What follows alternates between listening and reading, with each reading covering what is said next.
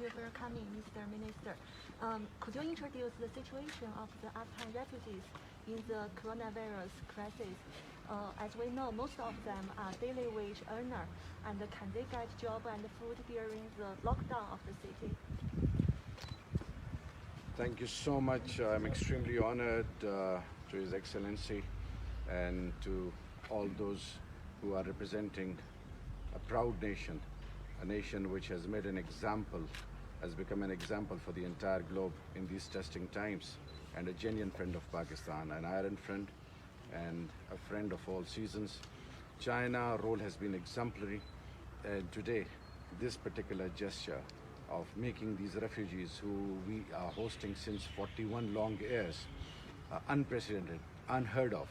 And these refugees, out of 100%, 32% are living in camps. And you must be aware that 1.4 million refugees are registered, 0.84 million ACC card holders, and 0.5 million undocumented. So in total, 2.8 million refugees we are taking care. We have got a porous border of 2611 kilometers border with Afghanistan. So thousands of Afghans still walk into Pakistan to earn their bread and then to study in Pakistan. In spite of that, the way we have been taking care of refugees is something which is making our country proud, and we are very grateful to all those governments who remain committed with humanity. And the message is to take care of humanity. Out of these 54 camps, 80% of them are daily wages. So now when the whole world is talking of lockdown, when the whole world is giving more importance, they say stay home and stay safe. So in such crisis situation, what will happen to a family which is of at least 7 to 8 family members? And if they are daily wages, how they'll survive, how they'll do the needful.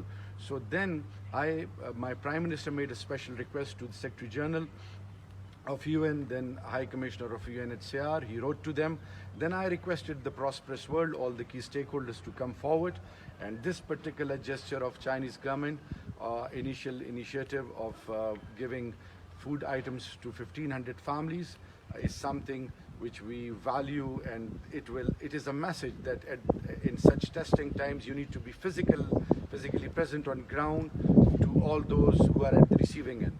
So crisis in these tough situations where these people who are going through a lean patch, and where food items is something which is the need of the hour for them, I believe a lot of more efforts needs to be done, because we have got 54 camps across Pakistan, and they are desperately in need of food items. And I believe, as I'm just told by His Excellency, that in coming few weeks another initiative will come from them for all those who are at the receiving end. And again, through you, the message to the people of China, to President Xi, and to the entire top notch, all those who matter the most, that is that we value your contribution. You are a proud nation. Your fight against this corona has made the whole world realize the importance of your country. You are a country which has the ability to compete, which has a resilient nation, which stood firm, never panicked.